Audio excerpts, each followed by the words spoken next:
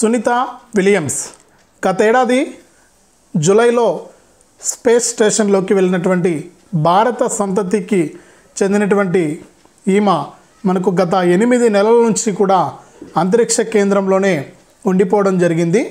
ఇక సునీత విలియమ్స్ ఇటీవల విద్యార్థులతో కూడా మాట్లాడుతూ ఆమె కొన్ని విషయాలను అయితే పంచుకోవడం జరిగింది. ఇక గత 8 నెలల నుంచి కూడా నడవలేకపోతున్నాను, కూర్చోలేకపోతున్నాను, పడుకోలేకపోతున్నాను అని ఆమె ఆవేదన చెందడం జరిగింది. ఇక మొత్తానికి జీరో గ్రావిటీ వద్ద అంతరిక్షంలోని స్పేస్ స్టేషన్లో చిక్కుకుపోవడం జరిగింది. గత ఏడాది జూలై 6న వీరు అంతరిక్ష కేంద్రంలోకి వెళ్ళడం జరిగింది మూడవసారి. అంతకుముందు 2 సార్లు వెళ్ళారు. ఇప్పుడు మళ్ళీ కూడా గత ఏడాది జూలైలో మూడోసారి అంతరిక్ష కేంద్రంలోకి వెళ్ళి ఇక నెల రోజుల్లోనే తిరిగి రావాల్సినటువంటి సునీత విలియమ్స్ అక్కడ ఏదైతే స్పేస్ మిషన్కు మనకు ఆయిల్ లీక్ అవడంతో హీలియం అక్కడే ఉండిపోవడం జరిగింది స్పేస్ ఎక్స్ స్టేషన్లోనే. మరి స్పేస్ ఎక్స్ స్టేషన్లో ఉండిపోయి ఇటీవల విద్యార్థులతో మాట్లాడినటువంటి సునీత విలియమ్స్ ఇక తన ఆవేదనను అయితే వెళ్ళబుచ్చారు. ఇక భూమిపైకి అంటే భూమిపైన నడిచిన ఫీలింగ్ కానీ పడుకున్నటువంటి ఫీలింగ్ కానీ నాకేం తెలియట్లేదు.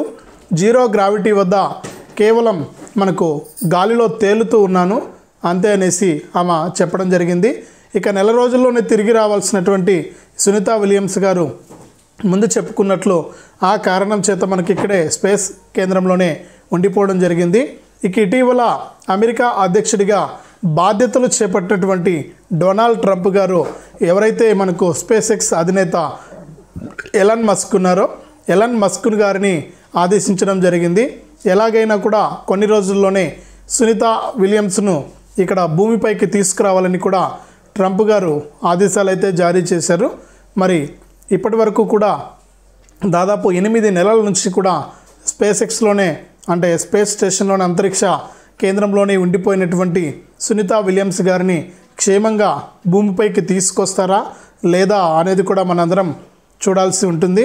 ఇలాంటి ఇంట్రెస్టింగ్ టాపిక్స్ మనకు మన చుట్టూ ఏం జరుగుతోంది, మన దేశంలో ఏం జరుగుతోంది, ప్రపంచంలో ఏం జరుగుతోంది అనే విషయాలన్నీ కూడా మీకు ఎప్పటికప్పుడు నేను చిటికెలో అందిస్తూ ఉంటాను. సంఘటన జరిగినటువంటి 5 నిమిషాల్లో మీ ముందు ఉంచుతాను. తప్పకుండా ప్రతి ఒక్కరు కూడా వీడియోను లైక్ చేయండి, షేర్ చేయండి, మన ఛానల్ని సబ్స్క్రైబ్ చేసుకుని సపోర్ట్ చేయండి. మరిన్ని అప్డేట్స్తో నేను మీ ముందుకు వస్తూ ఉంటాను. ఇక నేను థంబ్లైన్స్ ఇంగ్లీష్ ఫాంట్స్లో పెడుతున్నాను.